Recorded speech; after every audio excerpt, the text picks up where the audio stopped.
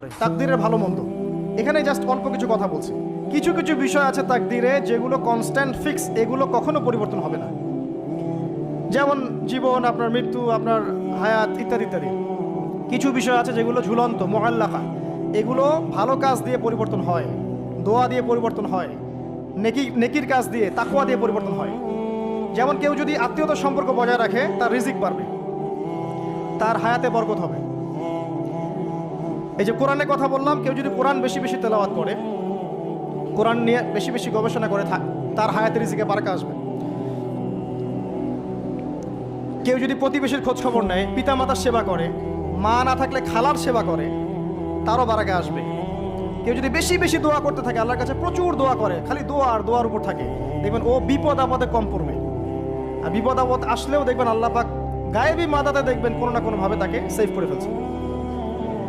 কারণ দোয়া দিয়ে তাকদীর পরিবর্তন হতে পারে। আর কিছু বিষয় কনস্ট্যান্ট, এগুলো পরিবর্তন হবে না। এখানে কিছু মানুষ বলেছে তাকদীর বলতে কিচ্ছু নাই, মানুষ যা করবে তাই পাবে।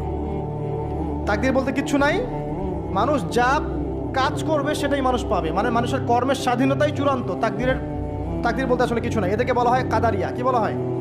কাদারিয়া। নবীজি বলেছেন, এরা যদি মারা যায় জানা যায় যাবে না, এরা যদি অসুস্থ হয় দেখতেও যাবে না, এরা হচ্ছে এই উম্মতের মাজুস, অগ্নি পূজারী।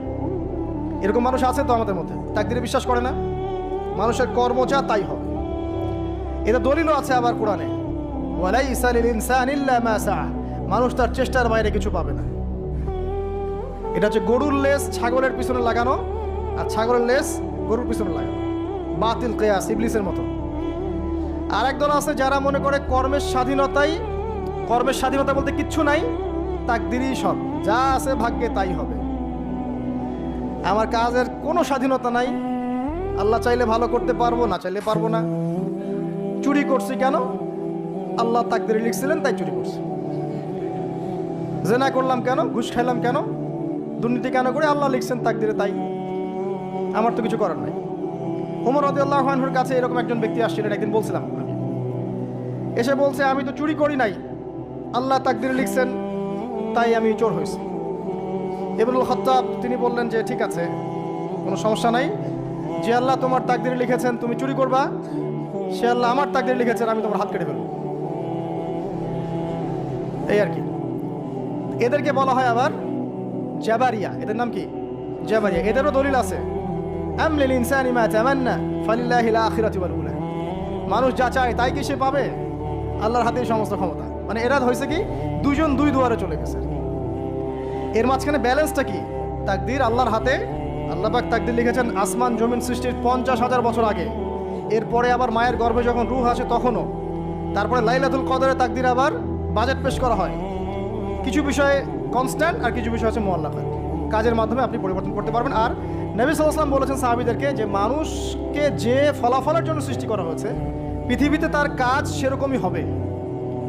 মানে যাকে আল্লাহ পাক জান্নাতের জন্য সৃষ্টি করেছেন, পৃথিবীতে সে সেরকমই কাজ করতে থাকবে। যাকে আল্লাহ পাক জাহান্নামের জন্য সৃষ্টি করেছেন, বা যার তাকদীরে লেখা আছে সে জাহান্নামে যাবে, পৃথিবীতে তার কাজও তেমনই হবে। সূরা লাইলের মধ্যে দলিল আছে। এই 6টা বিষয় হচ্ছে ঈমানের পিলার, মনে থাকবে ইনশাআল্লাহ। আল্লাহর প্রতি বিশ্বাস, মালায়েকা, কুতুবিহি ওয়া রুসুলিহি ওয়াল ইয়াউমিল আখির ওয়াল কদরি খায়রি ওয়া শাররি। এই 6টা পিলারকে মনে বিশ্বাস করা, মুখে স্বীকার করা, আর কাজে বাস্তবায়ন করার নাম হচ্ছে ঈমান। মনে থাকবে ইনশাআল্লাহ। মনে বিশ্বাস, মুখে স্বীকার, আর কাজে বাস্তবায়নের নাম কি? ঈমান। শুধু মনে বিশ্বাস করি, কাজ নাই, ঈমান আছে? ঈমান আছে, নামাজ পড়ি না, চলবে? চলবে না। এখানে দুইটা দল আছে, ভালো করে বোঝেন এই জায়গাটা। এক দল হচ্ছে মনে করে জাস্ট মুখে লা ইলাহা ইল্লাল্লাহ একবার বললেই জান্নাত। কথা বুঝতে পারছেন? এদেরকে বলা হয় মুরজিয়া। কি বলা হয়? মুরজিয়া, মানে শৈথিল্যবাদী। আরেক দল আছে যারা মনে করে মানুষ কবিরা গুনাহ করলেই কাফের হয়ে যায়, এদেরকে বলা হয় খারেজি। কি বলা হয়? খারেজি। পৃথিবীতে যত দেশে দেশে এই যে জঙ্গিবাদ ছড়িয়ে পড়েছে, এর মূল আকীদা হচ্ছে এই যে খারেজি আকীদা। যারা মনে করে যে কেউ যদি কবিরা গুনাহ করে কাফের হয়ে যাবে, অতএব তাকে মারা জায়েজ আছে, এই জন্য তাকে মারা, তার রক্তকে হালাল মনে করা, তার সম্পদ লুটে নেওয়া, এগুলো ওরা জায়েজ মনে করে, নেকির কাজ মনে করে। এটা খারেজি আকীদা। আর মাঝখানের আকীদা হচ্ছে আহলে সুন্নাহ ওয়াল জামায়াতের আকীদা। সেটা হচ্ছে মনে বিশ্বাস, মুখে স্বীকৃতি, ঠিক আছে, এটা বেস। আর কাজ হচ্ছে ফুরু বা শাখা। কাজ করতে গিয়ে কারো ভুল ত্রুটি ভালো মন্দ হতে পারে, যদি কেউ কবিরা গুনাহ করে ফেলে তার জন্য তওবার দরজা খোলা আছে, সে কাফের হয়ে যাবে না, হায়েস্ট সে বরং ফাসেক বা জালেম হতে পারে। এই অবস্থায় মারা গেলে আল্লাহ তার বিচার করবে। এই হচ্ছে আহলুস সুন্নাহ ওয়াল জামায়াতের আকীদা। এরপরে ওই ব্যক্তি বলেন আপনি সত্য বলেছেন। আবার প্রশ্ন করলেন আখবিরনি আনিল ইহসান, ইহসান কাকে বলে? নবীজি উত্তর দিলেন আল ইহসান আন তা'বুদাল্লাহা কাআন্নাকা তারাহ। তিনি বললেন ইহসান হচ্ছে তুমি এমনভাবে আল্লাহর ইবাদত করবে যেন তুমি আল্লাহকে দেখতে পারছো। ওয়া ইল্লাম তাকুন তারা ফাইন্নাহু ইয়ারাক, তুমি যদি আল্লাহকে দেখতে না পারো বিশ্বাস রাখবে আল্লাহ তোমাকে দেখছেন। এই যে এই কনসিয়াসনেস, আল্লাহ কনসিয়াসনেস নিয়ে ইবাদত করার নাম হচ্ছে ইহসান। ইহসান যে ব্যক্তি আয়ত্ত করতে পারবে সে হবে মুহসিন, মুসলিম, মুমিন, মুত্তাকি, মুহসিন, একদম হাইয়েস্ট লেভেল। তাহলে এই হচ্ছে ইহসান। ইহসান যার মধ্যে থাকবে সে কিন্তু পাপ করতে পারে না খুব একটা। খেয়াল করে দেখেন, আন তা'বুদাল্লাহা কাআন্নাকা তারা, তুমি এমনভাবে আল্লাহর ইবাদত করবে যেন তুমি স্বয়ং আল্লাহকে দেখতে পারছো। আল্লাহকে যদি কেউ দেখতে পারতো সে কি কখনো আল্লাহর বিরুদ্ধে যেতে পারতো? এই বিষয়টাই হচ্ছে ইহসান। আর আল্লাহকে কেউ এই দুনিয়ায় খালি চোখে দেখতে পারবে না। এই জন্য আল্লাহ রাসূল বলেছেন যে ওয়া ইল্লাম তাকুন তারা, তুমি যদি তাকে দেখতে না পারো ফাইন্নাহু ইয়ারাক, তিনি তোমাকে অবশ্যই দেখছেন। আল্লাহকে হাজির নাজির জেনে ইবাদত করতে হবে। আল্লাহ পাক তৌফিক দান করুন, আমিন। প্রত্যেকটা কাজ, নামাজ, রোজা, হজ, যাকাত, জিকির, আজকার, তাসবিহ, তাহলিল, সব কিছু, ব্যবসা বাণিজ্য, চাকরি বাকরি যা আছে সব আল্লাহকে হাজির নাজির জেনে করলে মানুষ হারাম থেকে বেঁচে থাকতে পারবে ইনশাআল্লাহ। চতুর্থ প্রশ্ন করেছেন এই ব্যক্তি, আখবিরনি আনিস সাআহ, আমাকে কিয়ামত সম্পর্কে বলুন। নবীজি বলছেন মাল মাসউলু আনহা বিআ'লামা মিনাস সাইল, এই ব্যাপারে প্রশ্নকারী আর যে উত্তরদাতা এর বেশি কেউ কিছু জানে না। যাকে জিজ্ঞেস করা হচ্ছে আর যে জিজ্ঞাসা করছে তাদের জ্ঞান সমান। আমি আসলে জানি না কবে কিয়ামত হবে। কেউ জানে কবে কিয়ামত হবে? সূরা লুকমানের শেষে আছে না, ইন্নাল্লাহা ইনদাহু ইলমুস সাআহ ওয়া ইউনাজ্জিলুল গায়থ ওয়া ইয়ালামু মা ফিল আরহাম ওয়া মা তাদরি নাফসুম বিআই মাযা তাকসিবু গাদা ওয়া মা তাদরি নাফসুম বিআই আরদিন তামুত। পাঁচটা বিষয় আল্লাহ ছাড়া কেউ জানে না। কিয়ামত কবে হবে, বৃষ্টি কখন কোথায় বর্ষিত হবে, আগামীকাল কোন নফস কি অর্জন করবে কি হারাবে, কার মৃত্যু কোথায় হবে, এগুলো আল্লাহ ছাড়া কেউ জানে না। তো এই জন্য তিনি বলেছেন মাল মাসউলু আনহা বিআ'লামা মিনাস সাইল, এই বিষয়ে জিজ্ঞাসিত ব্যক্তি প্রশ্নকারীর চেয়ে বেশি জানে না। তিনি থেমে যান নাই প্রশ্নকারী, তিনি বলছেন আখবিরনি আন আমারাতিহা, আচ্ছা আপনার তো জানা নাই এক্স্যাক্টলি কবে কিয়ামত হবে, তাহলে আপনি বলেন এর কিছু আলামত বলেন, সাইন্স বলেন। নবীজি বললেন দুইটা মাত্র, একটা হচ্ছে আউযু বিকালিমাতিল্লাহি তাম্মাতি মিন শাররি মা খালাক, এই দোয়াটা আউযু বিকালিমাতিল্লাহি তাম্মাতি মিন শাররি মা খালাক, তিনবার, সকালে 3, সন্ধ্যায় 3, 6। আরও আছে 7, হাসবি আল্লাহ লা ইলাহা ইল্লা হু আলাইহি তাওয়াক্কালতু ওয়া হুয়া রাব্বুল আরশিল আযীম, সকালে সন্ধ্যায় 7 বার করে। কয়বার করে? 7 বার করে। মনে থাকবে না, ভুলে যাবেন, ওই যে রেকর্ডিং দেখে নিয়েন। 7। 8 নাম্বার 3 বার, সকালে 3, রাত্রে 3, রাদিতু বিল্লাহি রাব্বান ওয়া বিল ইসলামি দীনান ওয়া বিমুহাম্মাদিন নাবিয়্যা।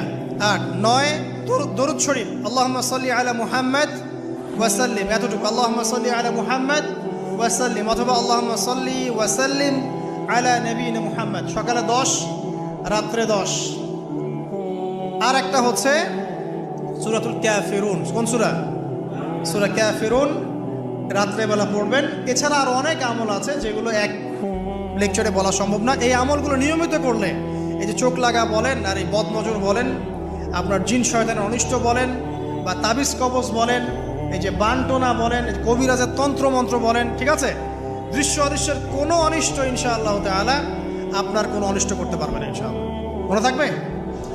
আর সর্বশেষ কথা হচ্ছে নিজের বাসায় কোরআন তেলাওয়াত বাড়িয়ে দিবেন। সূরা বাকারা, সূরা আলে ইমরান ছাড়বেন না। কোন সূরা? সূরা বাকারা, সূরা আলে ইমরান। সূরা বাকারা, আলে ইমরান যে বাসায় তেলাওয়াত করা হয় শয়তান সেখান থেকে পালিয়ে যাবে ইনশাআল্লাহ। ঠিক আছে? আল্লাহ পাক আমাদের সবাইকে এই আমলগুলোর মধ্য দিয়ে রাতকে এনজয় করার তৌফিক দান করুন, এবং এভাবেই আমাদের জীবনের প্রতিটা রাতকে উপভোগ করার তৌফিক দান করুন। আর একটা দোয়া শিখাই দেই ইনশাআল্লাহ, এই দোয়া করলে রিজিক তো বাড়বেই ইনশাআল্লাহ। আপনার যত ঋণ আছে ইনশাআল্লাহ আল্লাহ পাক শোধ করে দিবেন। বিশ্বাস করলেন না? এই দোয়া শিখাই দিচ্ছি, এজন্য আমাকে হাদিয়া দেওয়া দরকার, স্পেশালি আমাকে এখন হাদিয়া দেওয়া দরকার। এটা গুরুত্বপূর্ণ দোয়া শিখাই দিচ্ছি। আলী রাদিয়াল্লাহু আনহু বলেছেন, কোনো ব্যক্তির যদি পাহাড়ের সমানও ঋণ থাকে, এই দোয়া যদি আমল করে, আল্লাহ পাক ওই ঋণও শোধ করে দিবেন ইনশাআল্লাহ। আর ঋণ কেমন জানেন? ওই যে এখন মানুষ ঋণ নিচ্ছে 1 কোটি টাকা ব্যাংক থেকে, 2 কোটি টাকা ব্যাংক থেকে, হ্যাঁ, কত বছর, 10 বছরের জন্য, 20 বছরের জন্য বাড়ি করছে, তাই না? তার ধারণা এমন যে সে মারা গেলে তার ঋণটা কেউ না কেউ শোধ করে দিবেই দিবে, তাই তো? আর আল্লাহর রসুল কি বলছেন দেখেন, একজন মারা গেছেন, নবী সাল্লাল্লাহু আলাইহি সাল্লামের সময় একজন মারা গেছেন। তো নবী করিম সাল্লাল্লাহু আলাইহি সাল্লাম বলছেন, এই ব্যক্তির কি কোনো ঋণ আছে? একজন সাহাবী বলেন, হ্যাঁ ইয়া রাসূলুল্লাহ, তো ঋণ আছে। নবীজি বললেন, তোমরা ওর জানাজা পড়ো, আমাকে ডেকো না। তোমরা ওর জানাজা পড়ে নাও, আমি জানাজা পড়তে চাচ্ছি না। আমি এখন কেমন করে আপনাকে বুঝাবো ঋণ কত ভয়ঙ্কর জিনিস। আপনি যে ব্যাংক থেকে 3-4 কোটি টাকা লোন নিয়ে রাখছেন, লাখ লাখ টাকা লোন নিয়ে বসে আছেন, দিব্যি সুখে বসে আছেন, এমন চিন্তায় যে আপনার মৌত হবে না। আর নবী সাল্লাল্লাহু আলাইহি ওয়াসাল্লামের সময়ে একজন মারা যাচ্ছেন, তিনি বলছেন তোমরা জানাজা পড়ে নাও, আমি জানাজা পড়তে চাচ্ছি না। মানে ঋণগ্রস্ত ব্যক্তির জানাজাও তিনি পড়তেন না। তারপরে একজন এসে বললেন, ইয়া রাসূলুল্লাহ, আমি তার ঋণ শোধ করে দিব, তার যা ঋণ আছে আমি শোধ করে দিব। তখন নবী এসে জানাজা পড়লেন সাল্লাল্লাহু আলাইহি ওয়াসাল্লাম। তো আপনার এই কোটি কোটি টাকা ঋণ শোধ করার লোক তো রেডি আছে নাকি? আছে না? সমস্যা নেই, আপনার জানাজা পড়া হবে। কারণ হুজুরকে আপনি 5,000 টাকা দিবেন, হুজুর জানাজা পড়াই দিবে, কোনো সমস্যা নেই। তারপরে আপনার মিলাদও হবে, আপনার একটা বড়সড় দোয়াও হবে ইনশাআল্লাহ। কিন্তু আল্লাহ পাক বলেছেন, শহীদ, আল্লাহর পথে যুদ্ধ করে শহীদ হয়েছে, এই ব্যক্তির আত্মাও ঝুলে থাকে যতক্ষণ পর্যন্ত না তার ঋণটা শোধ করা হয়। এবার বলেন আমি কি বুঝাবো আপনাকে? আর কিছু বলতে হবে? তো এখন সেই দোয়া শিখাচ্ছি আপনাদেরকে, যে দোয়া শিখলে আপনারা ঋণ থেকে বাঁচবেন ইনশাআল্লাহ। কত দিবেন বলেন? আচ্ছা, হ্যাঁ, এই তো শুকরিয়া। দোয়া করবেন যেন আল্লাহ পাকের দিনটাকে আল্লাহর জমিনে প্রতিষ্ঠা করতে পারি। আমার সাথে বলেন, দোয়াটা হচ্ছে, আল্লাহুম্মা ইকফিনি বিহালালিকা আন হারামিকা ওয়া আগনিনি বিফদলিকা আম্মান সিওয়াকা। এই দোয়াটা ছোট না, এটা মুখস্থ করবেন, সেজদায় পড়বেন, নামাজের সেজদায় পড়বেন, আত্তাহিয়াতু দরুদ শেষ তারপরে পড়বেন, নামাজ শেষে হাত তুলে করবেন, যখন তখন শেষ রাতটা করবেন। ইনশাআল্লাহ দেখবেন আপনার ঋণ বলতে কিছু থাকবে না ইনশাআল্লাহ। যদি থাকেও, বড় কোনো ঋণ থাকেও, আল্লাহ পাক অন্য কোনো মাধ্যমে এটা শোধ করার ব্যবস্থা করে দিবেন ইনশাআল্লাহ। ইনশাআল্লাহ। এটা কোন সূরা? ইযা ওয়াকাআতিল ওয়াকিয়া, এই সূরাটা যে ব্যক্তি রাতের বেলা পড়বে, একটা বর্ণনা এসেছে যে দারিদ্রতা আপনাকে স্পর্শ করবে না ইনশাআল্লাহ। এই যে সুদ খাচ্ছে কি জন্যে? টাকার জন্য তো নাকি? টাকা পয়সা ধন দৌলত করবেন, এই তো আপনার উদ্দেশ্য নাকি? এই জন্যই তো মায়ের সাথে জানা করছেন, তাই তো? আল্লাহ বলছেন সূরা ওয়াকিয়া পড়েন, আপনার দারিদ্রতা দূর হয়ে যাবে ইনশাআল্লাহ।